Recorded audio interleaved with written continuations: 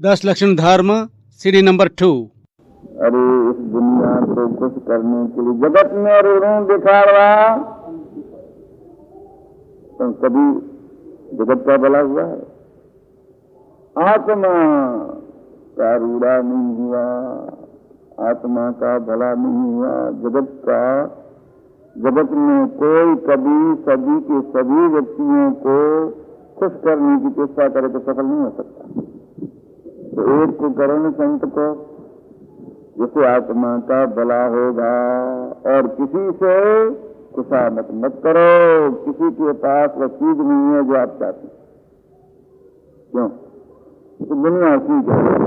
लोक लाभ बंधन, स्वजन कुटुंब बंधन, देहाभिमान बंधन, संकल्प विकल्प बंधन। इन बंधनों को काटे बिना भगवान की भक्ति में हमारी वृत्ति को हम स्थिर बना लें, ये संभव नहीं है। न तत्व ज्ञान प्राप्त कर सकते हैं, न योग समाधि की सिद्धि प्राप्त कर सकते हैं। इसलिए इन बंधनों को काटना होगा। मुमुक्षु किसका नाम है?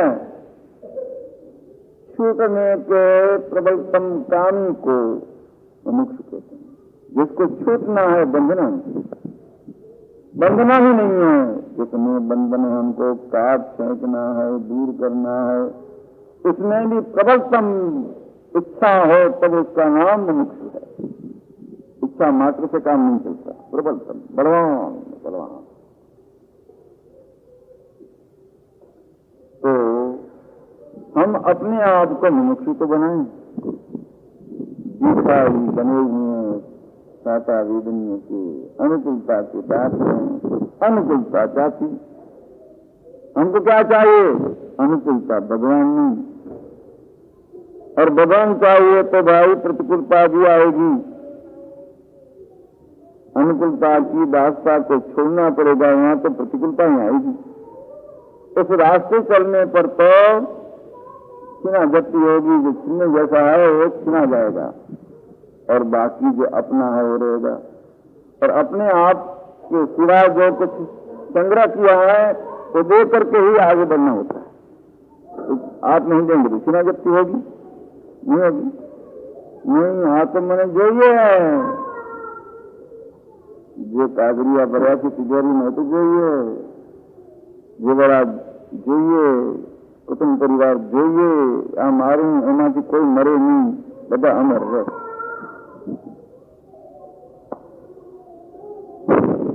दुनिया में ऊंधा चश्मा, ऊंधे चश्मे हैं। इन लोगों ने जो जंगल का रास्ता लिया सब कुछ पटक करके, नहीं धर्म काया को लेकर के जंगल का रास्ता लिया, उनको पागल समझते और खुद को दाया जीवन लगी दुनिया में ऊंधा चश्मा, दाया दीवाना लागे। जो दाया हो तो ध्यान में आगे मैं पोते जाने दाया बापा में घर बहुत दाया गया દોડા આ દોડા પણ જીવને મારી નાખે છે। આ અભિમાન સ્વચ્છંદ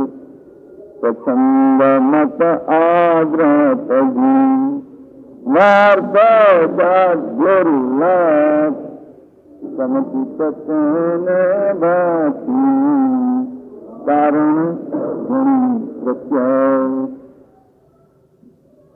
इसलिए ये जो स्वच्छंद विचरण की वृत्ति है अपनी, अभिमान है अनंतानुबंधी मान, और उसमें कोई हितकर बातें सुनाने वाले हों उनकी उपयोग की जाती है, रुचि नहीं पैदा होती है, वो है अनंतानुबंधी क्रोध। और लाभ, जब लाभ के पीछे वृत्ति लगी है, प्रेम उसमें है, ये अनंतानुबंधी लोभ है। और इसीलिए ब्लैक मार्केट करते हैं, छल कपट दंभ आचरण करते हैं, ये मायाचारी। ये है ऐसी स्थिति में अपने दोषों को छिपाते हैं और दूसरों के दोषों का ढंढेरा पीटते हैं। अपने दोषों को छिपाना ये कपट भाव है, दिखाने का और चबाने का और हाथी के दांत जैसे हमारा वृतांत है। यह है अनुतानुबंधी माया। ये परिणाम आत्म प्रदेश में हमको अशांत किए हुए रहते हैं, उनको शांत करना होगा। इसलिए सबसे पहले ये कषाय आदमी जो है उसको दूर करने की दवा लेनी होगी पुरिया वैद्य के पास। कौन वैद्य? सदगुरु वैद्य सुजान। और दवा की पुरिया औषध विचार ज्ञान और पथ्य पालन सदगुरु आज्ञा। रोग का नाम आत्मभ्रांति। ये आत्मभ्रांति नामक रोग मिटाना होगा। ये भयंकर में भयंकर खतरनाक यदि कोई रोग हो तो यह है। और शेष सब जो रोग हैं वो तो देह तक के हैं और मोटर गाड़ी के हैं, हमारे नहीं। ये रोग हैं दिखाई पड़ते हैं तो मोटर गाड़ी में है तो हम में है, हमारे में नहीं है। हमारे में तो वो रोग है यदि जितनी भ्रांति है इतना हम जुल्म करते हैं, अपने आप में प्रभावित करते हैं अपने कषाय आदि द्वारा परिणामों को। और फिर क्रोध करते हैं, अभिमान करते हैं, मायाचार सेवन करते हैं, लोभ भाव में लिप्त रहते हैं, परिग्रह प्रेम में मस्त रहते हैं। इसलिए कहते हैं क्या करें साहब, फुर्सत नहीं है। फुर्सत कब मिलेगी? जब 4 आदमी उठा के ले जाएंगे तब मिलेगी। हाँ, तब तक तो मिलने वाली नहीं है शेख साहब को, तो मिलने वाली है। यानी हमारी समझ में कितना घोटाला है उसका प्रदर्शन हो रहा है। और ये घोटाला पहले ठीक करो, समझ को सही करो, सत्संग द्वारा बाद में सब कुछ होगा। अभी हम प्राण जो हैं उनके दूध हैं इत्यादि, वो और में अंग आ गया तो अंग जैसे मशीनों में से जल निकलती है सराई जैसी हारमोनियम बजाते हैं, से शाब्दिक रचना का प्राकट्य होता है। तो ये जमीन में भी जो हम ख्याल करेंगे वो अक्षर मिला लिया वही बनी होगी, तो जमीन के फलस्वरूप कार्य सिद्धि होती है। यही योगी महाराज ने ये प्रयोग किया था। और इसलिए ग्रंथ की आदि में अन्नता एंगम इत्यादि ये किसी ग्रंथों में लेते हैं, शुरू में कहाँ से ग्रंथ लेते हैं बड़े ज्ञान। तो कार्य शक्ति प्रकट होती है। अंतर आदमी भी कभी बुका पड़े थे, असर नहीं था उनको, और उनके बनाए हुए पद्य और उनका अर्थ करके दिखाए। प्रोफेसर बनने के लिए मेहनत करते हैं बेचारे नापास फेल हो जाते। कभी जी की वाणी को संकलित करते हुए मदद पर यह भी करने वाले मेहनत करते हैं, पर अर्थ का उपयोग करना आसान नहीं है, बिना अनुभव। तो इस तरह से पढ़ाई अलग चीज है और ज्ञान अलग चीज है। अनुभव ज्ञान क्या कहा? पर प्रेम प्रवाह बढ़ेत विशेष आगम भेद आगम भेद राष्ट्र की बातें भेद की बातें बताई हैं। वो हर कोई व्यक्ति जान नहीं सकता, वो सब जानकारी उनको सकती है। वह केवल को भी विज्ञान कहो मुझे कहूँगा अनुभव ज्ञान आत्मज्ञान अनुभव ज्ञान है और उसकी प्राप्ति अभिनय भी कर सकता है, अंतर आदमी भी कर सकता है। बाकी उसके बिना तो पढ़े लिखे हम बड़े मूर्ख रहे, पढ़े लिखे मूर्ख और ये अंतर्मुख मूर्ख भी, क्योंकि हमारी क्रिया हमारी समझ के अनुरूप जो हो रही है उसका फल क्या शांति आ रहा है, अशांति और दुख। इसलिए फल आना चाहिए शांति और सुख, आत्म सुख आत्म शांति, ये फल आना चाहिए। हमारी जानकारी है, हम पढ़े लिखे आदमी है, उसकी तो इतना जो ज्ञान विलास उसका परिणाम के लिए आना चाहिए। ज्ञान का फल तो ये है, अज्ञान का फल पता नहीं। तो हमारे जीवन में अब तक अशांति है, तो हमारे जीवन में वो ज्ञान की रोशनी नहीं है, अंधेरा है। इसलिए ये ऐसे और भी बीज, और पंच बीज संचार से अनंत बन है, ये गंभीर विनीताएं जो विसर गए को सकल सिद्धि में से सकल लब्धि में चेतिक आज है संत जो चेतिक को अभिनाई और कहते हैं अनहद अधिशाय देव करो पशु रुद्धि अनेक प्रकार दिखारे रुद्धि देख न विचित्र चलावे ज्ञान समाधि तो यह ज्ञान समाधि सर्व समाधि ये सोना है। रोशनी के जरिए, शब्द के जरिए, अनर्धन के जरिए ऐसे सुधारक आदि ये आत्मा में पहुंचने के लिए वाहन हैं, साधना की प्रणालियां हैं। इसकी दुर्गम आज हमारे जन समाज में दिखी गई। यदि किसी से पूछेंगे तो अपना धर्म नहीं, फिर जाएंगे नहीं, इनकार कर देते हैं अपनी धर्म में। धर्म कोई लपेटी किसी की है, सारे उसका धर्म है, चाहे कोई कुछ लगा दिया तो क्या हो गया। धर्म से आत्मा का जो आत्म धर्म है, वो मन को आत्मा का रखना, उसका नाम धर्म है। और आत्मा में मन को रखने के योग में जितने सारे प्रयोग रास्ते में आते हैं, उनमें सारी अनुभूतियां भी होती हैं। तो ये रास्ता जानने में न होने से हम लोग को भड़काया जाता है, बेकाया जाता है, और खुद अपने आप को सही रास्ते करने वाले की छाप उपसाना है दूसरों को, और आपको उनके अनुयायी वर्ग बने रहे, ऐसी स्थिति हमारी है। इसलिए इतने आचार्य नरक में जाएंगे, इतने साधु साधिका नरक में जाएंगे, संख्या दी और संख्या कर करके तो कितना हो जाना पड़ता है।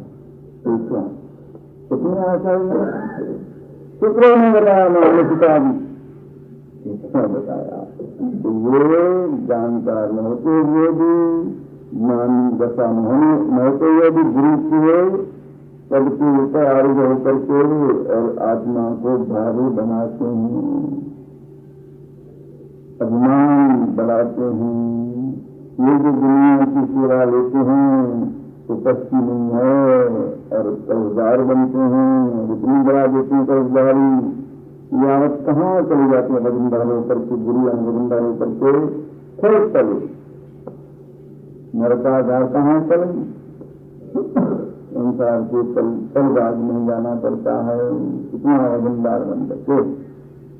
इसलिए गुरु होना ये कोई मामूली बात नहीं है। महान गुरु है, महान ये महान पद, ये गुरु पद है, महान पद है। उसको वही आरूढ़ हो सकता है जो अपने आत्मा की महिमा प्रकट करने वाली शक्तियों का आविर्भाव कर चुका हो। महात्मान, महात्मा, महान आत्मा, महात्मा तो गुरु का आत्मा महान आत्मा, तो महान का आत्मा का वैभव प्रकट करे उसकी है। इसलिए वो आत्म वैभव संपन्न हो, वही महात्मा, वही सदगुरु और वही दाता में दूसरों को भारत के रूप में सिद्ध हो सकते हैं। तो ये ऐसी ऐसी कई बातें, और ये सारी शक्तियों का आविर्भाव मन के बदौलत है। इसलिए धर्म जिनके जीवन में है उनके साथ ये बातें हैं। उनको धर्म नहीं है तो धर्म के नाम से पुण्य का स्थान होगा। धर्म विभाग अलग है, पुण्य विभाग अलग है, और पाप भी पुण्य का जिसका भाग वो विभाग अलग है। पुण्य आश्रय पापाश्रय आश्रय तत्व के साथ संबंधित है। आश्रय बंध है और उसका फल संसार है। आश्रय बंध विधात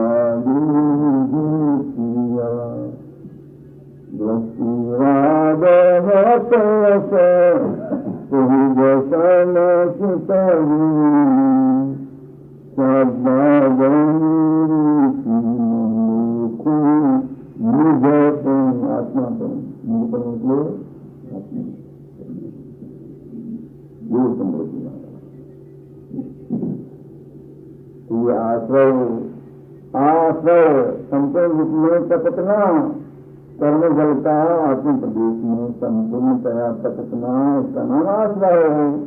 तो आत्मा के ऊपर जो कचरा है उसमें मिलना, वहाँ मिलकर के रहना डालेंगे और उसके परिवर्तन के लिए देह धारण करते जाना, राशि का चक्कर लगाते जाना। तो वो क्रिया पुण्य रूप में हो या पाप रूप में हो वो दंड की बनी है। ये साधु और सत्य सजा के रूप में कभी जीवन है और धर्म उनसे मुक्ति रूप में है। धर्म का संबंध संवर तत्व से है। संवर क्रिया यही धर्म की क्रिया है। क्रिया संवर सारी शांतना भगवान की शरण करते हुए तब आनंद ने कहा आगम करो, आगम की ज्ञाता है इतना ही नहीं तो संकित भी हो, अर्थात संकित बिना भी आगम की ज्ञाता हो सकती। इसमें कौन गुरु हैं कि जो हमारा कल्याण कर सकेंगे?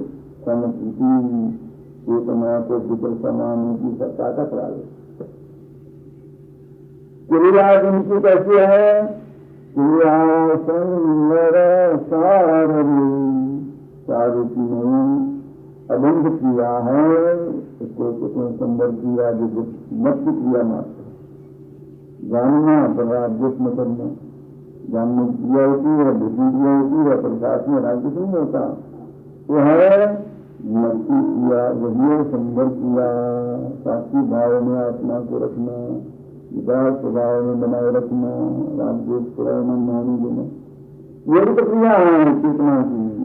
क्रिया शक्ति द्वारा जो विजय गुण है क्रिया शक्ति दिखना है और उसके जरिए सुधारित कल्पना उसमें देना यही है।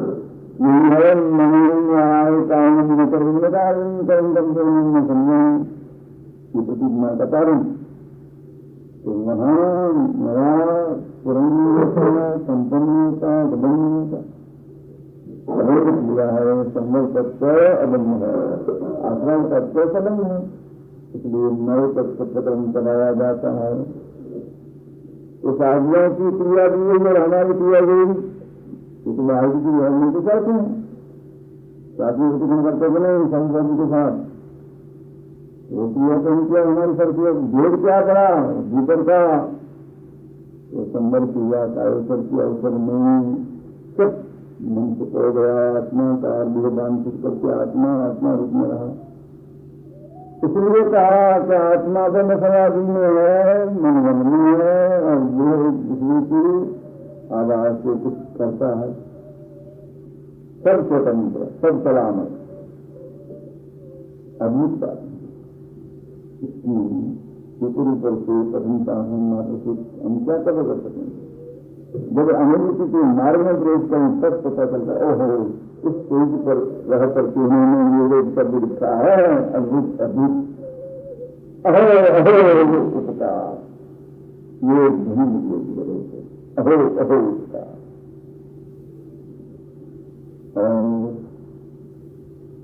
ये अभ्यंतर आत्मसंयम ऐसे अमृत तरह से सार विश्व प्रकार समाधान जड़ विज्ञान का भी चैतन्य विज्ञान का भी सब मिलता है। या सर्वज्ञ और केवल ज्ञान दशा, सर्वज्ञ केवल दशा ये श्रेणियां हैं, संयम शक्ति द्वारा विकसित की जाती हैं। पहले से क्रोध का अभाव, मान का अभाव, माया का अभाव, लोभ का अभाव करते हुए क्षमा मार गए आ गए और मुक्ति जन्म में आयु होते हुए और तपस्वी बने।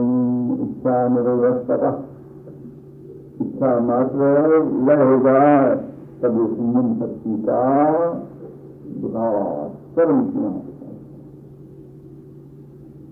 इसलिए मन संयम, वचन संयम, काय संयम, इंद्रिय संयम, आहार संयम, ये सारा संयम, ये बाहिर संयम और भीतर संयम, चेतना का संयम, घर में रहे बार बच्चे नहीं, अपने कर्म को पावर आए निष्ठ रखना, कोई नई प्रकार को समाये रखना, बलवत निजानी न देना, ये संयम शक्ति खर्च रहित स्थिति की शक्ति यहाँ पर संबंधित है। और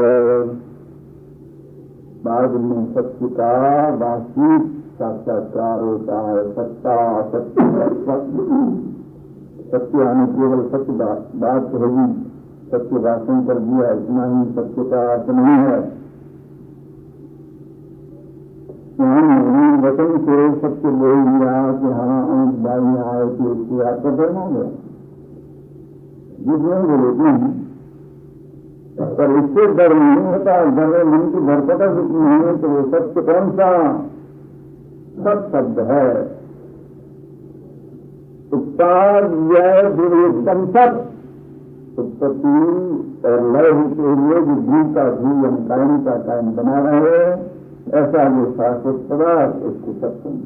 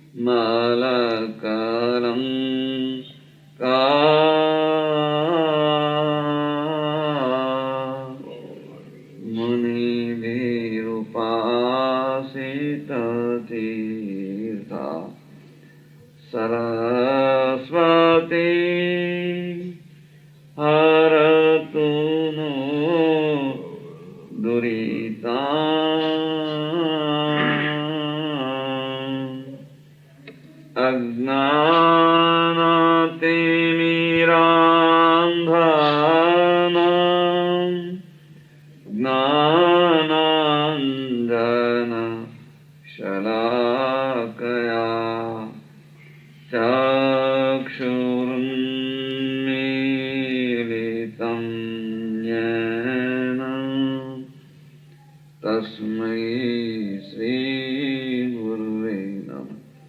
परमगुरुवे नमः। परम्पराचार्य गुरुवे नमः। पूज्य गुरुदेव योगेंद्र युग प्रधान श्री सहजानंद घन जी की अमृतमय अंतिम वाणी में 10 लक्षण पर्व द्वितीय प्रवचन परिग्रह प्रेम। अन्ति माधव अजव मुक्ति तव संयमे अबोधवे सच्चं सोऽहम् अकिंचनं च बम्बं च जय धम्मो। यदि ये पहचान सबसे पहले हम नहीं करेंगे तो संभव है कि शत्रु को मित्र समझ करके ही पालेंगे पोसेंगे। इसलिए सबसे पहले अपना ये कर्तव्य है कि जो जो जीवन में बाधक दोष हैं, मोक्ष मार्ग में प्रवेश होने नहीं देते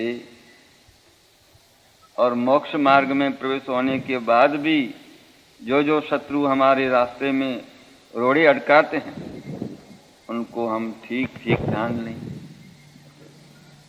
पहचान करने के पश्चात उनके सामने हमारी ताकत लड़ावें। हमारे पास ताकत नहीं हो तो इकट्ठी करें और उसको परास्त करें। इसलिए सबसे पहले हम अपने मोक्ष मार्ग में प्रवेश होने नहीं देते ऐसा जो शत्रु वर्ग अनंतानुबंधी क्वालिटी का क्रोध मान माया लोभ, ये ऐसा शत्रु सैन्य है कि मोक्ष मार्ग में ही प्रवेश होने में रोड़े अटकाते। सबसे पहला जीवन में महान दोष है अनंतानुबंधी लोभ। उदय का ऐसा ये है अनंतानुबंधी लोभ, माया, मान और क्रोध।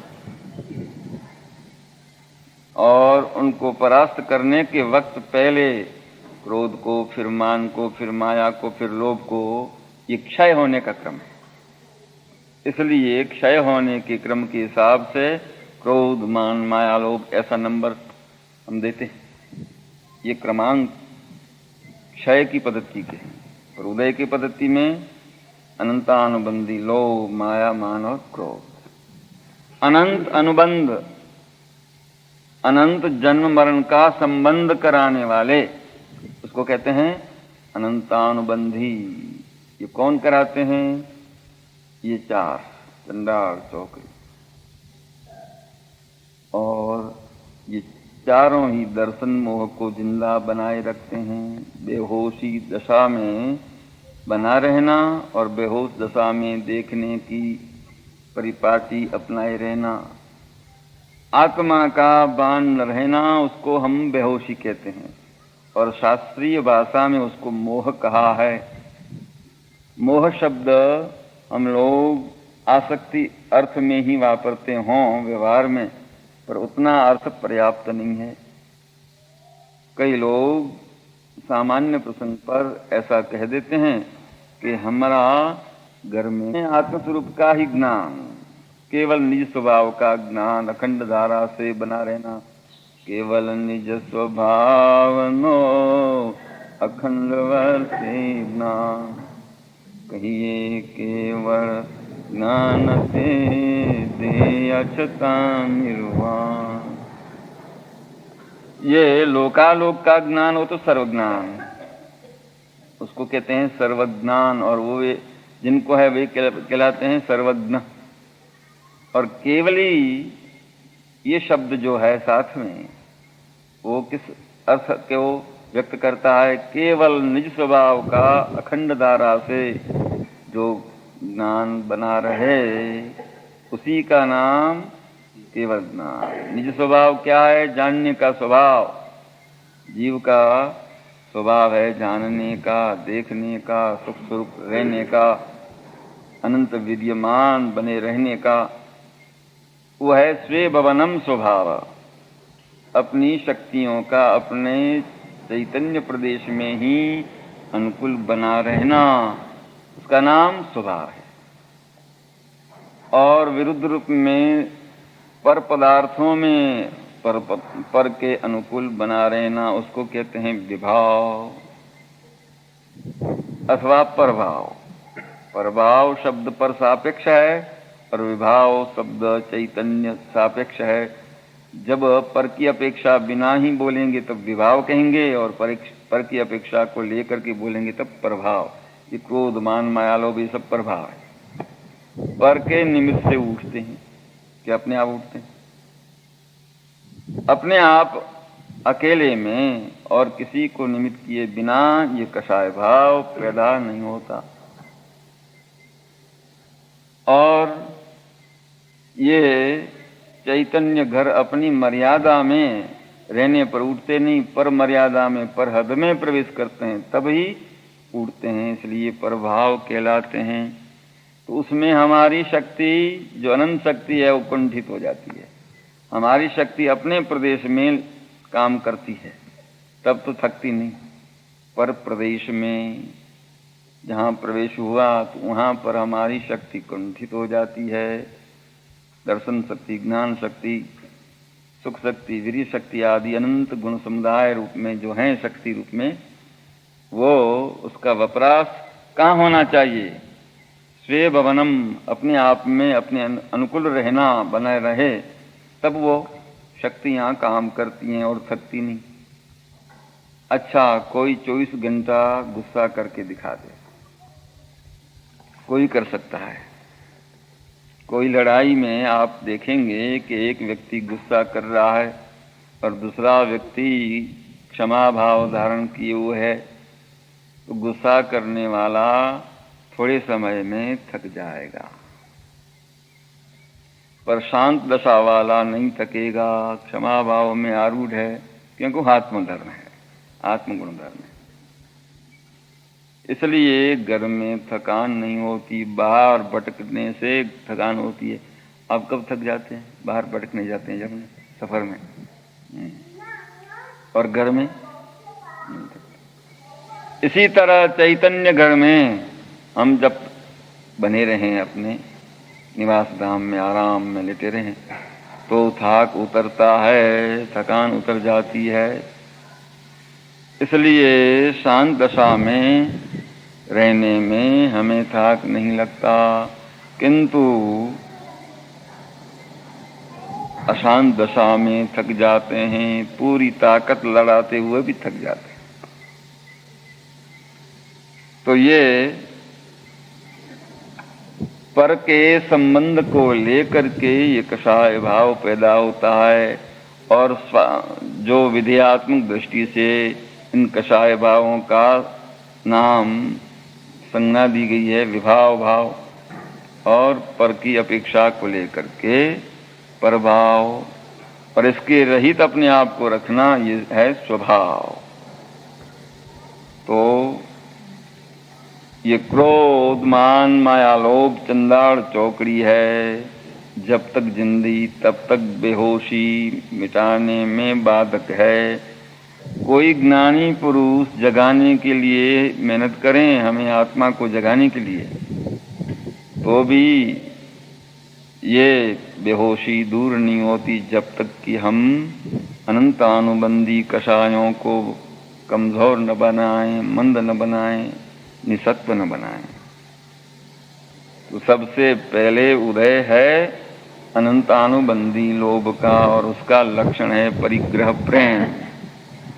आत्मा अपने स्वरूप की दृष्टि से देखा जाए तो सिद्ध समान है, सिद्ध समान सदा पद मेरो।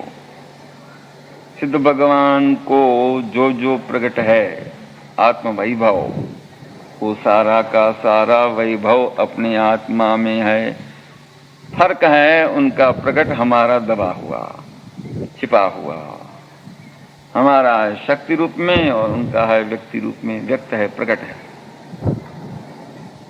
हमारा जो वैभव अनंत ज्ञान, अनंत दर्शन, अनंत सुख, अनंत विधि आदि नवनिधान, ये सब जो कुछ वैभव है वो दबा हुआ है बीज रूप दशा में, और प्रकट है वृक्ष रूप दशा में उनको, जिनके फल प्रत्यक्ष परिचय में लेते हैं और हम उसको विकसित नहीं कर पाए हैं। तो ये अपने वैभव को भूल करके, अर्थात अपने आप को भूल करके, अपने आप को बुला करके हमें सत्सुख का वियोग है। सत्सुख का ही नहीं, सत ज्ञान का, सद्दर्शन का और सद्वीर्य का, ये सब का वियोग है और इसलिए हम दुखी हैं। तो घर में धन होते हुए छतिर दीपन बान नहीं तेथी मांगे भीख, भीख मांगते हैं, सादा की भीख, अनुकूलता के दास बने हुए हैं, हमको ये चाहिए वो चाहिए। ये आलोक की अल्प भी सुखिच्छा, इस लोक की अल्प भी सुखिच्छा,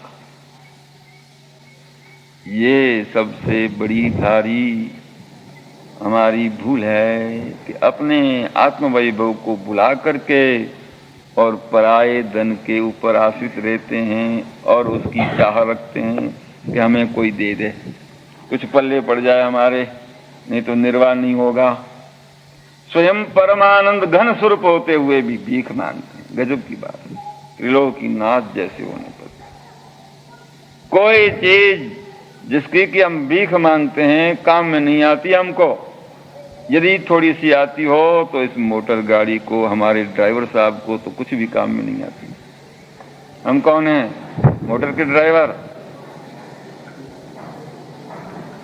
और मोटर जो हमारा एक वाहन मात्र है और उसकी आवश्यकता की पूर्ति के लिए था आवश्यक है थोड़ा सा, और चाह रखते हम बहुत कुछ, हम करोड़पति बन जाएं, हम अरबपति बन जाएं। क्यों बनना है? ये सब कर्ज ले ले करके कर्जदार बन रहा है। हम कर्जदार बन रहे हैं भाई, तो कर्जदारी मैं जो जीवन हो कैसा हो?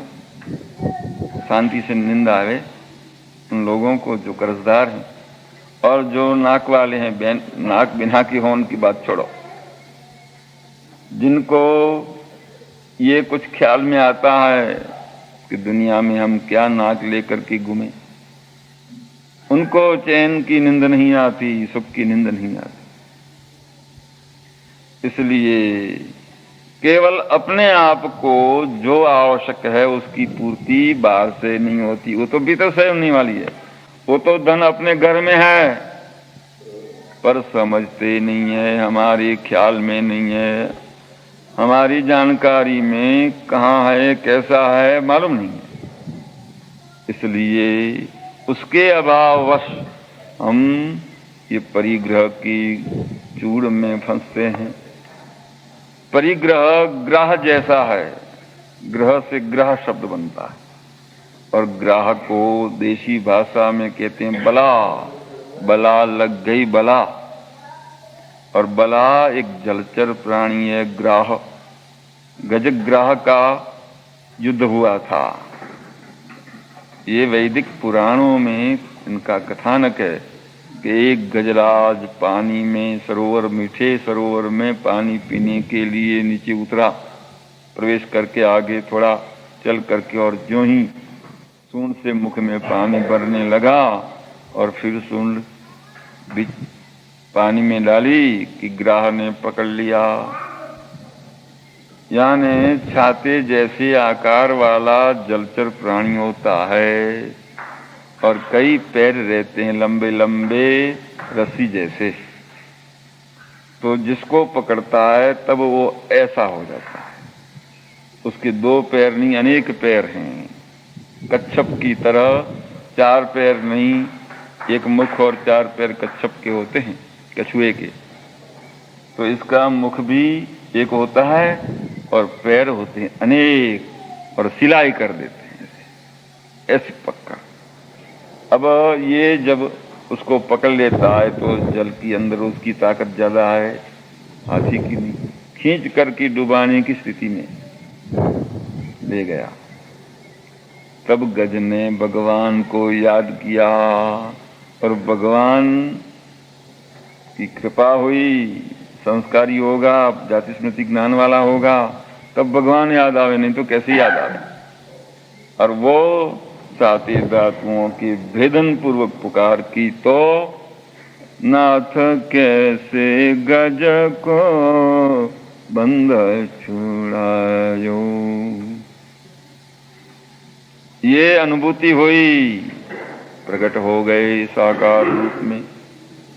वो अपनी प्रभुत्व शक्ति जिस आकार को ध्यान में लेकर के हम याद करते हैं, उसी आकार में प्रकट होती है प्रभुत्व शक्ति। तो वो पशुओं में भी हो सकती है, इसमें कोई संदेह नहीं, क्योंकि उसमें भी है कौन ड्राइवर तत्व के रूप में? आत्मा है। इसलिए हम भी आत्मा है, वो भी आत्मा है। हाँ, मोटर का आकार प्रकार में फर्क है, इतना ही। वो भी सिद्ध समान आत्मा है। तो ये ग्रह ऐसी पकड़ है उसकी कि दूसरा तीसरा कोई व्यक्ति आकर के छुड़ावे तो दोनों में से एक को बचा सकता है, एक को विदा होनी पड़ती है इस दुनिया से, अन्यथा वो छुड़ा नहीं सकता, दोनों को बचा नहीं सकती, इतनी उसकी पकड़ है। तो परिग्रह में ग्रह है शब्द, उसका आकार का वृद्धि होकर के ग्रह शब्द बनता है। पकड़, ऐसी पकड़, परिग्रहित वस्तुओं के प्रति हमारी ऐसी पकड़ है, ऐसी मोहब्बत है कि छूटती नहीं। जमड़ी जाए पर दमड़ी न जाए। तो ये परिग्रह प्रेम, जब तक जिस चीज में प्रेम है मन भी वहां रहेगा। इसलिए मन जिस जगह रहेगा वहीं का ख्याल रहेगा। तो या तो परिग्रहित वस्तु में मन रहेगा, या तो उस पकड़ से उसको छुड़ा दे, तब वो आत्मा की पकड़ कर सकता है। सवेरे यही बतलाया कि एक चिमटे में हमने जो एक चीज पकड़ी है, दूसरी पकड़ना चाहते हैं तो पहली पकड़ी हुई चीज को छोड़ना होगा, तब दूसरी को पकड़ सकेंगे। हमारे दर्शन ज्ञानमय उपयोग रूप जो चिमटा है, उसमें अहं रूप में शरीर पकड़ा हुआ है। यही मैं हूँ, मैं पुरुष हूँ, मैं स्त्री हूँ। ये पकड़ जब तक ये शरीर को इस पकड़ में से नहीं हटाते, तब तक दूसरी पकड़ करना है आत्मा की, क्योंकि अब तक पकड़ा हुआ नहीं है। ये धारणा शब्द का मतलब है। धारणा के बाद ध्यान होगा और फिर समाधि स्थिति होगी। धारणा, ध्यान और समाधि। तो धारणा में, पकड़ में हमने जो अनादिकाल से पकड़ा हुआ है शरीर को, तो देह भाव छोड़ते नहीं है, तो आत्मभाव कैसे पकड़ में आएगा? और उसके बिना आत्मा का ध्यान नहीं होगा, न समाधि की अनुभूति होगी। ये धारणा, ध्यान और समाधि, दर्शन, ज्ञान और चारित्र, और कुछ नहीं। इसलिए उसकी योग्यता को विकसित करने के हेतु यम, नियम, आसन, प्राणायाम, प्रत्याहार, ये 5, इनमें जो प्रथम के 4 हैं वो बाह्य तत्वों से संबंधित, और फिर प्रत्याहार होगा, चेतना लौटेगी और अपने आप के स्वरूप को पकड़ेगी, और फिर ध्यान लगेगा, और फिर समाधि की अनुभूति होगी। मन का समाधान सर्वथा हो जाना, समा जाना, भाव मन का समा जाना, समाधान, यही है समाधि। सम आधि, आधि यानी मानसिक पीड़ा, मन की गड़बड़, उसका मिट जाना समाधि है। श्वास को रोक लेना समाधि नहीं है। कई लोग श्वास को रोक करके और बतलाते हैं कि 8 दिन की समाधि में जमीन के अंदर सांस को रोक करके रह सकते। तो ये हठयोगियों की समझदारी बिना की जो समाधि, वो वास्तव में असमाधि रूप है। जैसे हम सुसुप्ति निद्रा में रहते हैं, गाढ़ निद्रा, और जो बाहर का ख्याल छूट जाता है, ऐसा उनको देह का भान भी नहीं और आत्मा का भान भी नहीं, मूर्छित अवस्था में पड़े रहो श्वास को रोक। इसलिए यम नियम संयम आप कियो पुनि, त्याग विराग अथग वनवास यो मुख मौन यो, दृढ़ आसन पद्म लगाय दियो, मन पौन निरोध स्वबोध। यहाँ स्वबोध ये शब्द बराबर नहीं है। प्रथम आवृत्ति में स्वरबोध, ये स्वर विज्ञान, ये तत्वों का, ये कौन सी नाड़ी चलती है, कौन सी नाड़ी चलती है, ये स्वर विज्ञान। इसलिए स्वर मनसुख भाई ने तो प्रथम आवृत्ति छपवाई, आपके अनुज छोटे भाई कृपाणु के, उन्होंने जो छपाई उसमें स्वर बोध है। मन पौन, क्योंकि पवन की साधना, प्राणायाम की साधना करने वालों को ये स्वर ज्ञान होता है।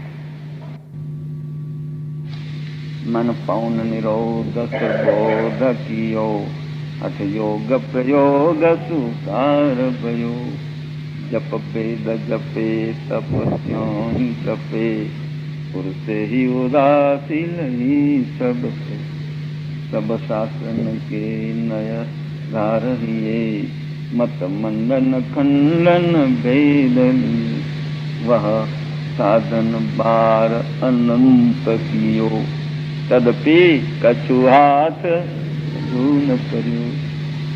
अब क्यों न विचारत है मन से, कछु और रहा उन साधन से, बिन सद्गुरु को न भेद लहे, मुख आगल है कह बात कहे, परम निदान प्रगट मुख आगले, जगत उलंघी जाए, ज्योति बिना ध्रुव जगदीशनी, आंधे आंध पला। कितनी स्पष्ट बातें हैं ज्ञानी। तो ये हकीकत है कि ये आत्मा को समझे बिना जो जो कठिन में कठिन साधन बताए गए, सब कठिन साधन सब कर चुकी है, पर हाथ कुछ न आया। सौ साधन बंधन थया, रहो न कोई उपाय, सब साधन समझो नहीं, यहाँ बंधन समझा। इसलिए ज्ञानियों का ये इशारा पकड़ लेना चाहिए। ये पकड़ में आत्मा आ जाना चाहिए। इसलिए यम नियम आसन इत्यादि जो कुछ परिपाटियां हैं, ये बाह्य संयम की, ये इसलिए हैं।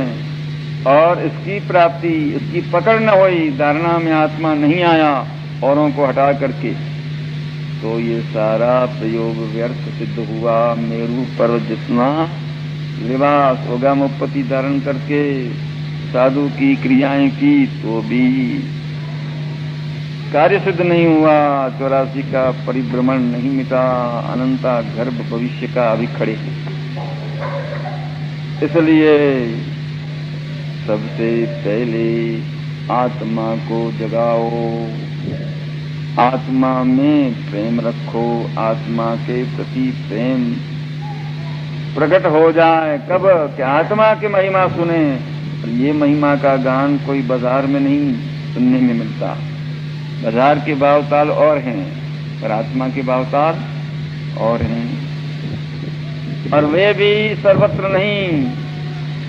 वो जिनको आत्मा प्रत्यक्ष हो, अनुभूति के आधार पर वर्षों तक शास्त्रों और अज्ञानियों के उपदेशकों को सुनते हुए और विचारते हुए हम रहे और कार्य सिद्ध नहीं हुआ, वो थोड़े समय में हो जाता है अनुभवियों के पास।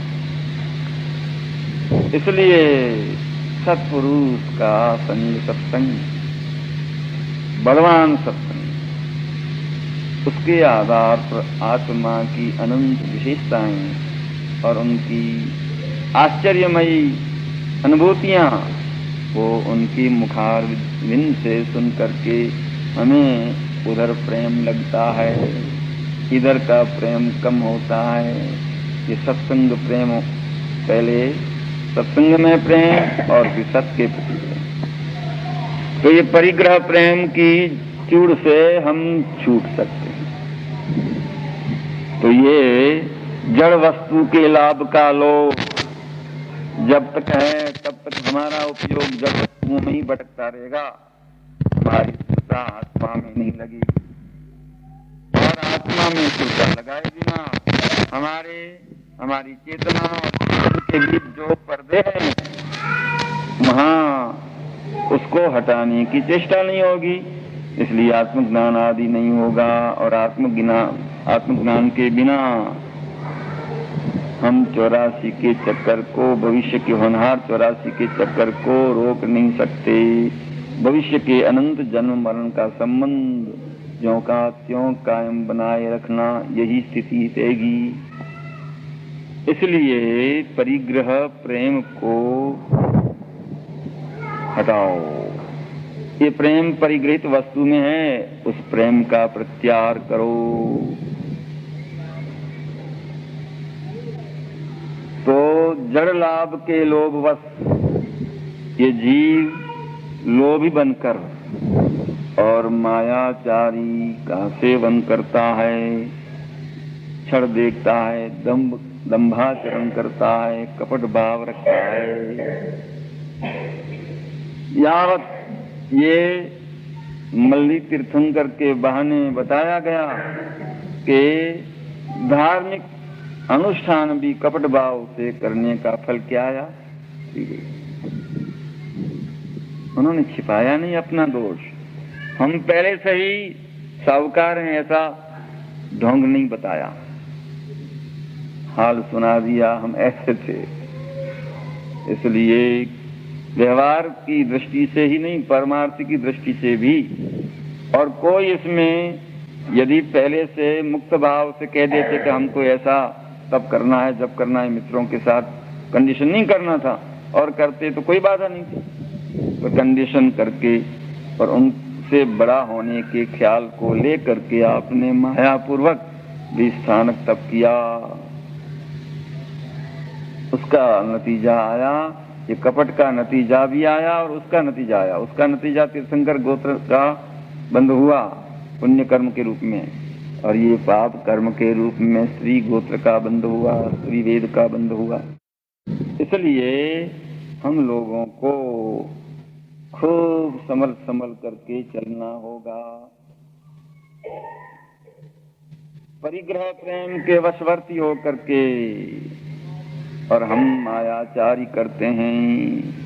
हमारे अगले जन्म के जो कुटुंबी वर्ग हैं उनको ठग करके और इस जन्म के कुटुंबियों के उदर की पूर्ति का ख्याल रखते हैं। ठगते किसको? अगले जन्म के। भले अभी जानते नहीं है पर संबंधी सभी है, नहीं है क्या? पर मालूम नहीं है। ऐसा कोई स्थान नहीं कि जहां हमारा जन्म मरण हुआ न हो। ऐसा कोई जीव नहीं कि जिनके साथ हमारा सगाई संबंध न हुआ हो, क्योंकि अनंत जन्म मरण कर चुके हैं। एक एक जन्म के संबंधी वर्ग को याद करें तो उसका टोटल ये विश्व है। अतएव वसुधैव कुटुंबकम, सारा विश्व हमारा कुटुंब है। ये दृष्टि हमारे हृदय में सर्वात्मा सम दृष्टि दो आवचन ने, कागड़ ऊपर नहीं, हृदय लखो। खाली कागड़ ऊपर, टेप रिकॉर्डिंग ऊपर नहीं, हृदय में लखो। तो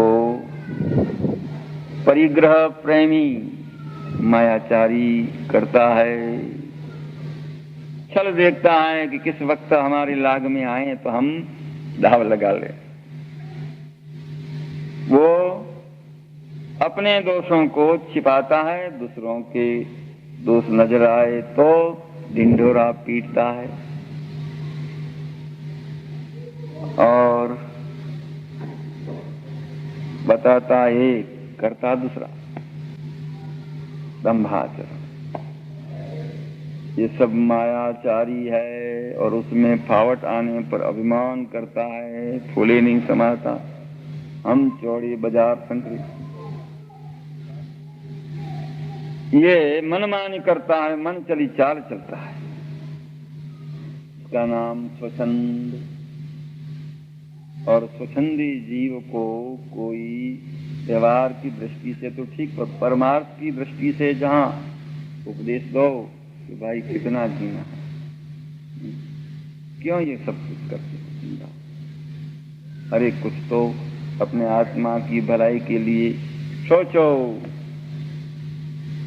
लक्ष्मी अने अधिकार वदता शू वध्यूं ते तो कहो, शू कुटुंब के परिवार थी वधवापणु नय ग्रहो, वधवापणु संसारनु नरदेह ने हारी जवो, एनो विचार नहीं अहो हो, एक पढ़ समने हवो। अरे ये तो आप लोग का धर्म है, इसलिए कहा करें। यदि हम झूठा नहीं बोले तो भारत सरकार के राज में जी नहीं सकते। क्यों साहब, कैसे हम रोटी खाते हैं आप त्यागी लोग क्या जानो, आपको टुकड़ा मिल जाता है सीधे सीधा, इसलिए आपको कहने में कोई वांधा नहीं। पर हम लोग तो भाई यानी वो अपनी स्वच्छंद परिपाटी मन चली चाल लोभी आदमी के लिए इस प्रकार बुलाती है। और फिर भी कोई बार बार कहेगा तो क्या होगा, गुस्सा आ जाएगा। जो मोक्ष मार्ग को पार उतारने में निमित्त पुष्ट निमित्त है कौन, सदैव गुरु और धर्म, शास्त्र, सब शिक्षा, वे संसार समुद्र से पार उतारने के लिए पुष्ट निमित्त हैं, पावरफुल निमित्त हैं। उनके सहारे यदि हम रहें तो हम संसार को पार उतर कर और यावत स्वधाम पहुंच सकते हैं।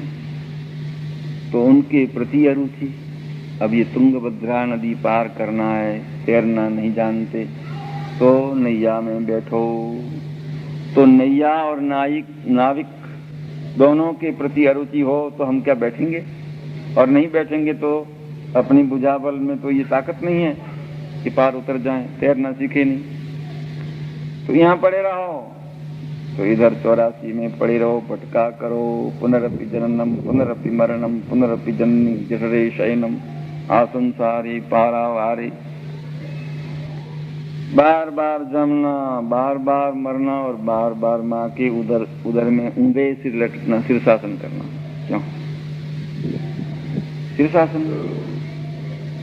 इसलिए शीर्षासन में ताजगी मिल जाती है कि वहां 9 महीना शीर्षासन किए हुए आए हैं कि नहीं, ऐसा कहा जाता है साहब। तो ये सबसे पहले और बात जो व्यवहार की है कि ये व्यापार करोगे तो तुमको इतना मुनाफा होगा तो जब पकड़ लेंगे, पर ये व्यापार करोगे तो तुम्हारा कल्याण हो जाएगा। तो फिर साहब कुछ थोड़ा चलो सत्संग में साहब, नो टाइम, फुर्सत नहीं। फुर्सत कहाँ से मिले, गांची के बेल को मिलती है? नहीं मिल सकती। इसलिए वहां नाटक सिनेमा देखने के लिए फुर्सत मिलती है। कचहरी में जाकर के दावा पेश करना हो किसी के ऊपर तो फुर्सत मिलती है, ब्याह शादी में फुर्सत मिलती है, कान मकान में फुर्सत मिलती है, पर सत्संग में जाने के लिए नो टाइम। अपने आत्म वैभव को समझने के लिए जो मौका है उसको टालते रहते हैं, तो आत्मा को कैसे समझेंगे? इस प्रकार का अरुचि भाव जो है ये द्वेष सूचक है। इसलिए द्वेष अरोचक भाव, द्वेष का अर्थ है अरोचक भाव, अरुचि भाव। साधकीय जीवन में 3 गुण अनिवार्य रूप में होने चाहिए, अभय, अद्वेष और अखेत। आनंद बाबा फरमाते हैं, सेवन कारण पैनी भूमिकारी, अभय अद्वेष अखेद, संभव देव तो चित्त धरी सेवियेरी। दूर से वो सवे अशुद्ध पाठ है। संभव देव तो चित्त धरी सेवियेरी, हृदय मंदिर में विराजमान करके और सेवन करना चाहिए। लई जू सेवन वेद, ये गुरुगम से इसका रहस्य प्राप्त करके और ये सेवन करना चाहिए। अब अभय, अद्वेष और अखेत 3 गुणों को समझने के लिए तीनों का अर्थ पद्य में बनाया। भय किसको कहते हैं?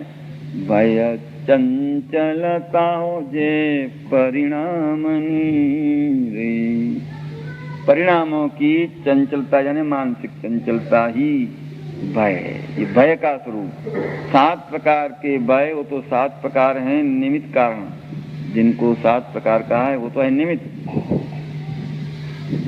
इस लोक संबंधी, परलोक संबंधी, आजीविका संबंधी, चोरी संबंधी, आरक्षा संबंधी, वेदना संबंधी, मृत्यु संबंधी, ये सब निमित्त पा करके जीव में कंपन होता है, थरथराहट, घबराहट। उस वक्त आत्म प्रदेश कंपित होते हैं। वो आत्म प्रदेशों का कंपन को भय ये संज्ञा दी गई है। जब तक स्थिरता न हो, निर्भयता न हो, तो पानी, मिट्टी मिला पानी तालाब से भर के लाए और कहीं जल नहीं है और मिट्टी मिला है, उसको स्थिर रखना चाहिए कि उसको हलाते रहें। जिस बर्तन में भरा है उसको टल्ला लगाते रहें, वो कंपित होता रहे तो पीने लायक नहीं होगा। ऐसे हमारा ज्ञान सुधा रस पीजे, ज्ञान जो अमृत स्वरूप है, कभी नष्ट नहीं होता, अतएव अमृत स्वरूप है। उस ज्ञान में कर्म की मिट्टी मिली सी है, उसको हम कैसा रखें? निस्तरंग, निष्कंप। निस्तरंग और निष्कंप। निष्कंप के लिए निस्तरंग रखें, कंपित होने न दें। तो ये भय के समय आत्म प्रदेश में, उसमें क्या होता है? मिट्टी मिलती है, ज्ञान आवरण आदि मिट्टी मिलती है। और गंदा ज्ञान, जैसे गंदा जल काम में नहीं आता, ऐसे गंदा जल भी हमारी काम में नहीं आता, शांतिदायक वो सिद्ध नहीं होता। और उसी का इसीलिए नाम है अज्ञान। तो चित्त की चंचलता छोड़ देना, उसको कहते हैं निर्भय। निर्भय व्यक्ति के धड़कन नहीं होती। और साध्य में रुचि का अभाव, वो है द्वेष अरोचक भाव। अरोचक भाव, उसको द्वेष कहते हैं, उसका न होना अद्वेष गुण है। अर्थात साध्य रुचि। अरुचि ये द्वेष का रूप है, और द्वेष मान और क्रोध के रूप में दिखाव देता है। कभी मान रूप में और कभी क्रोध। मानी, अभिमानी व्यक्ति को क्रोध आता है। जहाँ क्रोध है वहाँ चारों कसाय मौजूद हैं, उसमें मान भी मुख्य है, मुख्यता मान की है। और वो मान भी ये मायाचारी में दाव लग जाता है, इसलिए अभिमानी जीव बनता है। माया बहुत मिल गई ना तो अक्कड़ होकर के चलते नहीं, चलते हैं तब कैसा? ठाठ से। ये परिग्रह प्रेम के कारण सब कुछ है, फौज की फौज। तो ये जो साध्य के प्रति अरुचि है, तो साधन के प्रति भी अरुचि रहेगी। और उस रास्ते को दिखाने वाले मार्गदर्शक के प्रति यही अनंतानुबंधी को क्रोध कषाय कहलाता है। ये दूसरे संसारी प्रसंगों में जो क्रोधमान माया लोभ का उदय है वो अनंतानुबंधी नहीं कहा गया, पर कौन जो मोक्ष मार्ग में प्रविष्ट कराने में सहायक तत्व रूप में निमित्त कारण ये देवगुरु और धर्मशास्त्र, उनके प्रति जीव में जो अरुचि है तो वो ये साधना कर ही नहीं सकेगा और 84 में से छूटने का उपाय स्वयं जानता नहीं है। जिनसे जानकारी प्राप्त हो सकती है उनके प्रति अरुचि तो क्यों उनके संग में आएगा, पर क्यों साधना करेगा। और उसके अभाव में 84 का चक्कर मौजूद, भविष्य के अनंत जन्म मरण की जो परिपाटी है उसमें आप निवासा रहेगा, छूट नहीं सकता, हर हालत में छूट नहीं सकता। इसलिए जितना प्रेम हम परिग्रहित वस्तुओं के ऊपर न्यौछावर किए हुए हैं तो सबका सब प्रेम कहाँ लगाना चाहिए? मार्गदर्शक के प्रति, कि जो मार्ग भी बतलाते हैं और मार्ग में चलने की परिपाटी का क्रम भी बतलाते हैं और साध्य को भी बतलाते हैं। हमें कहाँ जाना है, दिशा में भटक रहे हैं, सही दिशा में हमारी दृष्टि नहीं है, इसलिए चरण की क्रिया भी, चलने की क्रिया भी सही दिशा में नहीं हो सकती। हम किस दिशा में जा रहे हैं और जाना कहाँ है? जाना है अपने स्वरूप धाम में, तो स्वरूप कोई बाहर थोड़ा है। अपना आत्म प्रदेश कोई बाहर है कि भीतर? अपना आत्मा जहाँ है वहाँ है वो, तो आत्मा है भीतर और दृष्टि रखते हैं बाहर। पश्चिम दिशा में, गांव है पूर्व दिशा में और दृष्टि रखते हैं पश्चिम दिशा में। आध्यात्मिक दृष्टि से चैतन्य सूर्य के प्रकाश का उदय जिस दिशा से होता हो वह है पूर्व दिशा, और जहाँ प्रकाश अस्त होता हो वह है पश्चिम दिशा। तो उदय होता है भीतर से। आंख बंद करके बैठो और फिर देखो तो बाहर का कुछ क्यों नहीं दिखाता है? इसलिए कि भीतर की रोशनी बंद पड़ गई। ये तो रोड लाइट बाहर के कवर है, ये बल्ब है कि नहीं, ये कवर, ये बल्ब, उसमें करंट कहाँ से आता है? भीतर से। तो उसका उदय भीतर से होता है, इसलिए वो है पूर्व दिशा, और यहाँ अस्त होता है इसलिए पश्चिम दिशा। तो चाहे साधु बन करके या श्रावक रूप में रह करके तप जप और क्रिया का खप कितना करते रहे, पर दृष्टि बाह्य पदार्थ में, शरीर संसार भोग सामग्री में रख करके और जप जपते हैं, तप करते हैं, क्रिया का खप करते हैं, पर तप जप क्रिया तप तकी अष्ट कर्म न मिला तो आत्म ध्यान की क्षण में केरू था देवचंद्र। तो नजर कहाँ रखनी चाहिए? भीतर।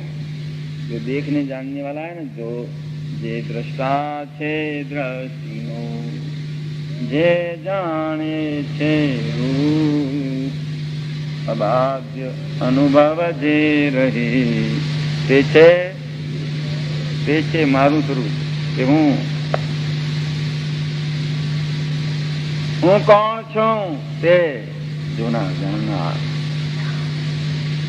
दृश्य ने दृष्टि, दृश्य और दृष्टि दोनों को देखने वाला जो दृष्टा और सब रूपों को जानने वाला जो ज्ञाता, वो कौन है? शरीर। इंसान भूमि में जलाया जाता है शरीर को, तब उससे कोई बात करते हैं आप? क्योंकि उसमें जानने और देखने की शक्ति नहीं है। जो शक्ति थी वो चली गई, चल बसे कहाँ के कहाँ, और बाकी ये मोटर गाड़ी रहेगी, ड्राइवर साहब तो चल बसे। तो ड्राइवर साहब जानने वाले, देखने वाले, मोटर में देखने जानने की योग्यता ही नहीं है। इसलिए चलो ये देखता नहीं है, इसलिए इसको हटाओ। इंद्रियां वो तो इसके ही कुछ पार्ट्स हैं, वो भी स्मशान के सब में पड़े हुए हैं, आँख कान नाक इत्यादि सब कुछ, पर उनमें भी जानने की क्षमता नहीं। तो कोई ऐसा कह देते हैं कि प्राण श्वासोच्छ्वास ये हट गए इसलिए मर गया, सांस बंद हो गया, मर गया, सांस नहीं है। वही शायद हम हो, जीव ड्राइवर तत्व। और निंद में घोर तानते हैं ना, आवाज नाक से खूब जोरों की, खूब सांस की क्रिया चल रही है, पर चोर आया, चोरी करके चला गया, पर पता नहीं लगा ये सांस को। ये भी जानने और देखने की क्षमता वाली नहीं, तो इसको भी हटाओ। बाकी जो बचा तो शायद संकल्प विकल्प ये जीव का स्वरूप होगा। तो संकल्प विकल्प मुझे सता रहे हैं, ऐसी फरियाद नहीं कर सकते। आप अपनी फरियाद कर सकते? साहब क्या करें, संकल्प विकल्प बहुत सताते। तो जो सताया जाने वाला है वो अलग और सताने वाले अलग हैं। इन संकल्प विकल्पों को जानने वाला इनसे जुदा है। तो सब हटा करके बाकी बचा। अब क्या बात किया जाए? जो बात करते करते बाकी बचा, अबाध्य अनुभव जे रहे ते छे जीव स्वरूप, वह अपना स्वरूप वही नहीं।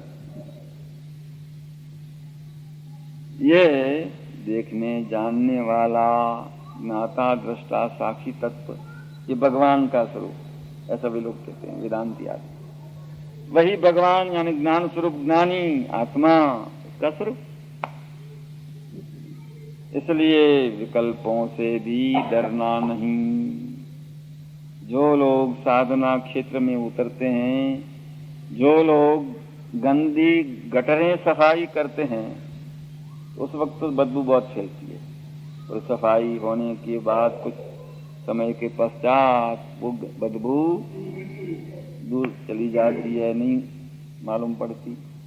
ऐसे हम साधना क्षेत्र में उतरते हैं तब हमारी मानसिक बदबू भी बहुत आती है।